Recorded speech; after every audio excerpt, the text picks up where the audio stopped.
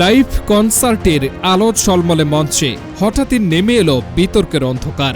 Bollywood wrapper ইও হানি সিংয়ের একটি মন্তব্যে উত্তাল নেট দুনিয়া।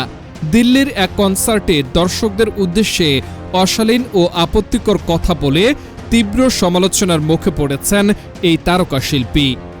সম্প্রতি দিল্লিতে আয়োজিত ওই কনসার্টে হানি সিংয়ের সঙ্গে পারফর্ম করেছিলেন নানকু ও করুণ। অনুষ্ঠানের মাঝপথেই মাইক্রোফোন হাতে নিয়ে হানি সিং এমন কিছু মন্তব্য করেন যা মুহূর্তেই হতবাক করে দেয় উপস্থিত দর্শকদের।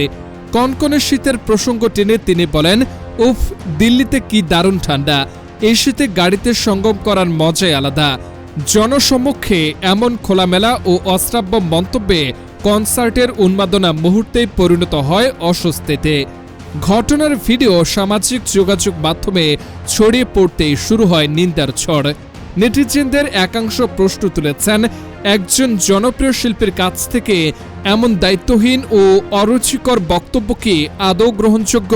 কেউ কেউ এটিকে শিল্পীর স্বাধীনতার অপব্যবহার বলেও আখ্যা দিয়েছেন।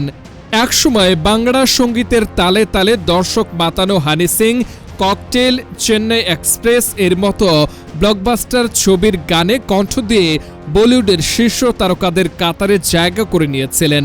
খ্যাতির তুঙ্গে থাকাকালীন মানসিক অবসাদে দীর্ঘদিন আড়ালে চলে যান তিনি। রিহাবে কাটিয়ে সুস্থ হয়ে গত বছরে সঙ্গীতে ফিরেছেন হানি সিং। তবে কামব্যাকের আনন্দের রেশ কাটতে না কাটতে এমন বিতর্ক যেন নতুন করে প্রশ্ন তুলে দিল, হানি সিং কি আবারও নিজেই নিজের সবচেয়ে বড় শত্রু হয়ে উঠছেন?